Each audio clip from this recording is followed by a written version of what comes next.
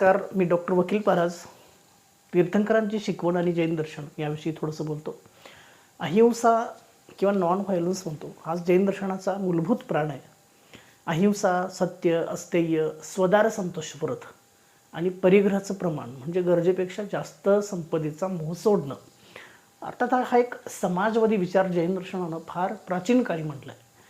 प्राणीमात्रांच्या जीवांचं रक्षण करणं ही अहिंसा, विचारांची अहिंसा म्हणजे अनेकांत आणि वर्तनाची अहिंसा म्हणजे अपरिग्रह. या तीन संकल्पनांना जैन दर्शनानं खूप महत्त्व दिलं आणि या अर्थानं जैन दर्शन पर्यावरणवादी दर्शन आहे.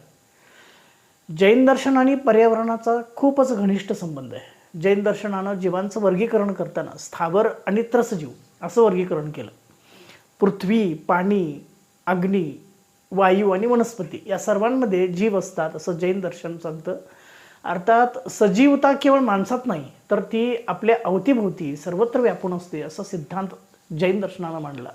आणि म्हणून पृथ्वीवर वावरणाऱ्या सर्व सूक्ष्म स्थूल जीवांची काळजी घेण्यासंबंधी जैनांच्या 24 तीर्थंकरांनी गृहस्थानी साधूंना उपदेश केला. विनाकारण वृक्षतोड करणं, पाण्याचा अनावश्यक अपव्यय करणं, चैनीच्या वस्तू बनवण्यासाठी प्राण्यांना जिवे मारणं, ह्या सगळ्या गोष्टी जैन दर्शनामध्ये निषिद्ध मानल्या आहेत. आणि त्यामुळं इकॉलॉजी किंवा पर्यावरणाच्या दृष्टीनं जैन दर्शनानं खूप महत्त्व दिलेलं आहे.